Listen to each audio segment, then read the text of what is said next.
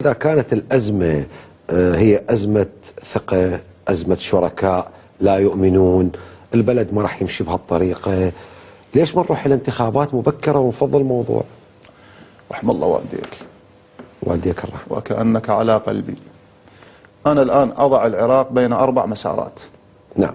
وقلت للشركاء أمامكم أحد 4 خيارات، والآن أقولها من خلال السومرية لكل عراقي قبل أن أقول لكل سياسي.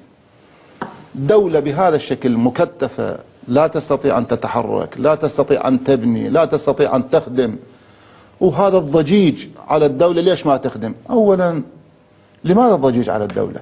إما هم وزراءكم. تيار الصدر عنده 6 وزراء ووزراء خدميين، ليش ما يقدمون خدمة؟ القائمة العراقية 7 8 وزراء ووزراء خدميين، مالية وزراعة وتربية وفلان وعلوم، ليش ما يخدمون؟ إما الكرد عندهم 5 وزارات، ليش ما يخدمون؟ ليش ما يقدمون؟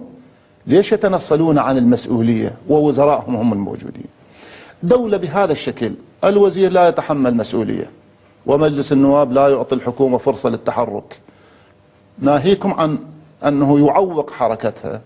وصلنا إلى طريق مسدود، لا نستطيع أن نتحرك. المواطن يريد، نعم، يريد خدمة، والخدمة لا تأتي إلا بالتعاون وتسهيل الأمور، والحكومة حكومة الجميع. وأنا أعجب، موجودين بالبرلمان يحاربون الحكومة ووزراءهم موجودين بالحكومة.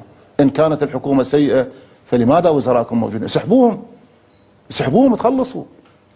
ليش مخلين وزراءكم بالحكومة وأنتم بالبرلمان يشتمون على الحكومة؟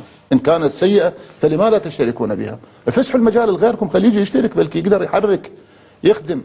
لذلك الدولة توقفت بقرار، وهنا أؤكد مرة أخرى توقفت بقرار وأجندة خارجية. ماذا بقي أمامنا؟ بقت أمامنا هاي الإثارات وهاي التحركات. والحل؟ الحل أحد 4 خيارات.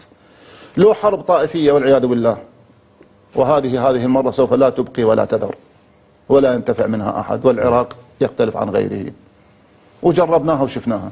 هذا خيار. أو خيار التقسيم. ما دام أنتم ما تتحملون وياكم شركاء، فتعالوا أخذوا حقكم وحق الآخرين وقسموا العراق. وهذا نعوذ بالله منه، لأن البلد يتقسم، مو هاي رسالتنا. وإما تقولون بأن هذه الحكومة والبرلمان ورئاسة الجمهورية كلها غير سليمة، فتعالوا إلى انتخابات مبكرة بيوم 10/4 انتخابات المحافظات، ونعمل وياها انتخابات مجلس النواب حتى ننهي هذا المجلس وننهي هاي الحكومة وننهي هاي رئاسة الجمهورية، لعلنا نأتي برئاسة ببرلمان ورئاسة وزراء وحكومة جيدة وضمن خريطة جديدة. بعض الناس راح يصعدون، بعض الناس راح ينزلون. هذا الخيار اللي احنا نأيده. الخيارين الأولين نرفضهما رفضا شديدا، لكن إذا فرضت علينا ماذا نعمل؟ إذا فرضها الآخر الشريك شو نسوي؟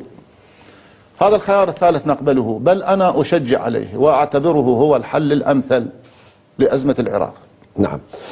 الحل الرابع أن يتوطن ويوطن الشركاء أنفسهم، يجون يقعدون على طاولة الحديث الواقعي الموضوعي الذي يريد أن يحمي العراق من الحرب الطائفية ومن التقسيم، ويحقق من خلال هذا خدمة للعراق ككل وللمواطن بالذات.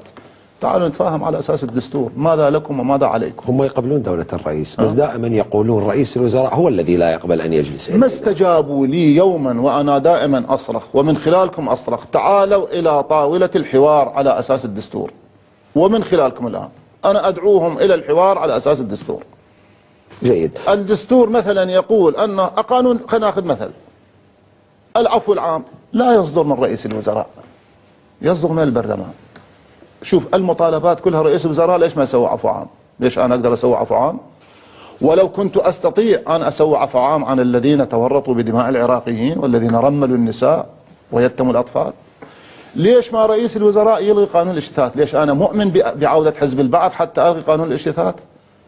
كيف وأن قانون الاشتثاث قانون شرعه مجلس النواب ومو صلاحيتي؟ حتى لو أردت أن أصير متعاطف ويا هذا الحزب اللعين أيضا لا أستطيع، لأن قانون.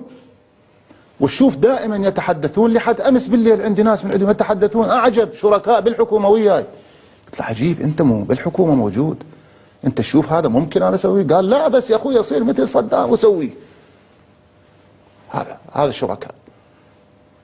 ولذلك المسألة قلت له ايش أصير مثل صدام؟ قال اصير مثل صدام ويلغي الاجتثاث وطلع السجناء. قلت له اعتقل ذولا واذبح ذولاك، قال لا، قتل وذبح ماكو، بس طلع ذولا السجناء وحزب البعث رجعوا تنحل المشكله. هذا كلام مو كلام شريك. اليوم انا ادعوهم الى ضروره جلسه على طاوله. مو كل اللي شرع مجلس النواب انا اريده، لكن انا ملزم بتنفيذه. ومو كل اللي سواه القضاء انا اقبل به، لكن انا ملزم بتنفيذه. قضايا كثيره القضاء سواها اعترضت عليها ورد القضاء اعتراضي. نعم. إذن هذا هو الدولة القانونية التي تعطيك وتأخذ منك، ولكن على أساس الدستور. لماذا يرفضون؟ لماذا رفضوا فكرة الإصلاح التي طرحها التحالف الوطني؟ التحالف الوطني ايش قال؟ قال عندنا مشاكل وتحديات كبيرة، تعالوا خلينا نحصيها ونقعد على الطاولة نحلها وفق الدستور. دولة الرئيس، ولكن ناس من داخل التحالف على رأسهم التيار الصدري قالوا احنا ما شفنا شيء اسمه ورقة إصلاح، ماكو ورقة إصلاح. موجودين في جلسات الهيئة السياسية للتحالف ومناقشوها وأنا حاضر بيها، والورقة أنا كتبت أولياتها وبعدين هم كملوها. أنا كتبت 32 تحدي و32 مشكلة وهم كملوا وسووها 70 مشكلة بالبلد. الهيئة السياسية مالت التحالف شلون ما يدرون؟ شلون ما يعرفون؟ القضايا مو هيك تنكر بهذه الطريقة. طيب لو فرضنا ما يدرون، الآن دريتوا هاي ورقة التحالف،